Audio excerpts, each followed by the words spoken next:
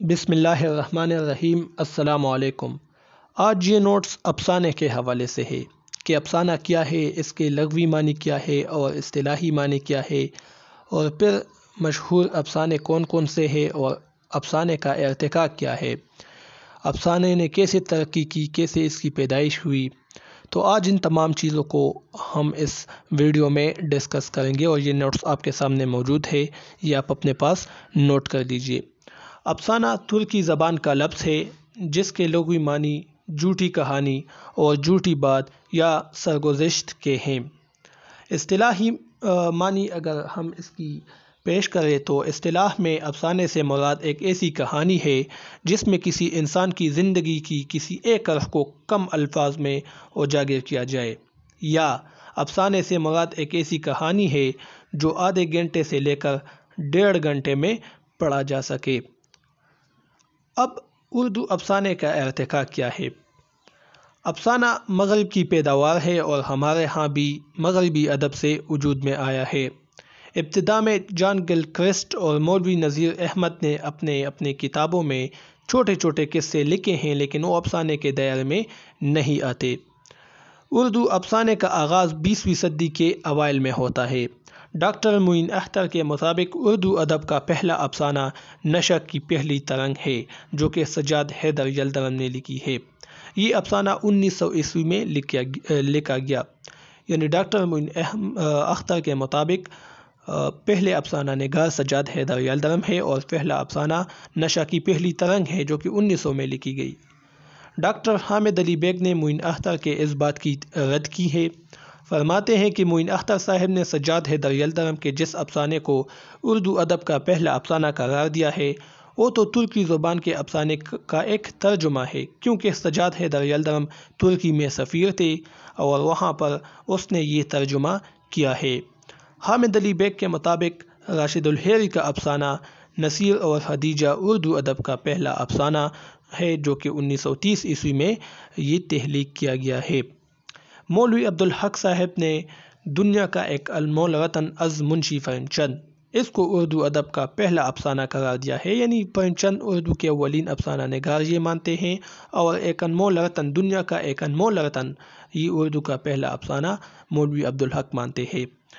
مولوی صاحب فرماتے ہیں کہ افسانہ نصیر اور خدیجہ ایک خط کی شکل میں ہے، اور اس میں افسانے کے لوازمات نہیں ہے، یعنی افسانے میں جو چیزیں شامل ہوتی ہے، منظر نگاری ہوتی ہے، پلاٹ، کہانی اس میں ہوتی ہے، تجسس سے بھرپور ہوتی ہے افسانہ، تو وہ تمام چیزیں اس میں افسانے کے لوازمات ہوتے ہیں۔ تو مولوی صاحب کہتے ہیں کہ اگر آپ اس کو پڑھیں، اس افسانے کو، نصیر اور خدیجہ کو، تو اس میں یہ چیزیں موجود نہیں ہے، لہذا یہ پہلا افسانہ نہیں ہے، اور منشی پریم چند کا افسانہ دنیا کا سب سے انمول رتن یہ اردو کا پہلا افسانہ ہے۔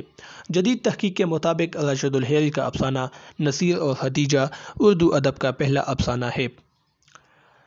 افسانہ کی ارتقاء حصہ دوم، یعنی وہی باتیں ہیں۔ مختصر افسانے کا ابتدا امریکہ میں ہوا ہے۔ واشنگٹن ارون ایک انگریزی افسانہ نگار ہے۔ انہوں نے افسانہ اسکیچ بک لکھ کر افسانے کا آغاز کیا، جبکہ اردو ادب میں افسانے کا آغاز 20ویں صدی میں ہوتا ہے۔ اس دور میں رومانوی طرز کے افسانے لکھے گئے۔ اردو ادب کے اولین افسانہ نگاروں میں سجاد حیدر یلدرم، منشی پریم چند، نیاز فتح پوری اور مجنوں گورکھپوری وغیرہ شامل ہیں۔ ترقی پسند دور کے افسانے۔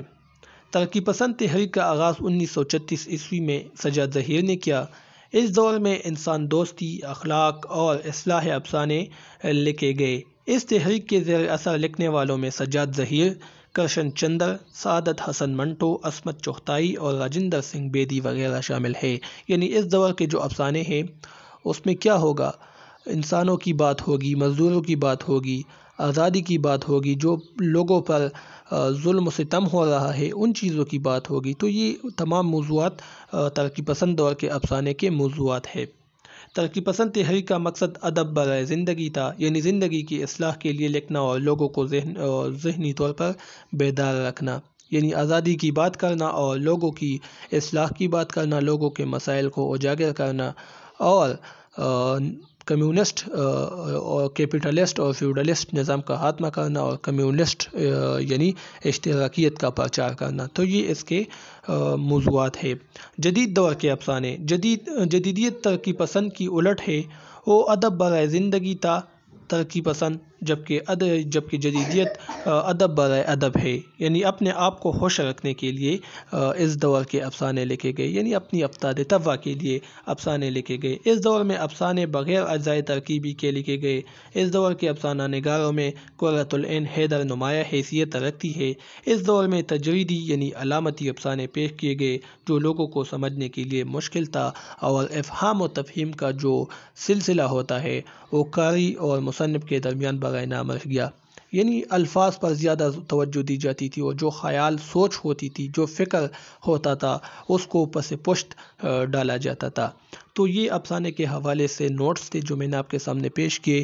امید ہے یہ ویڈیو پسند آ چکی ہوگی۔ ان نوٹس کو اپنے پاس نوٹ کر لیجئے۔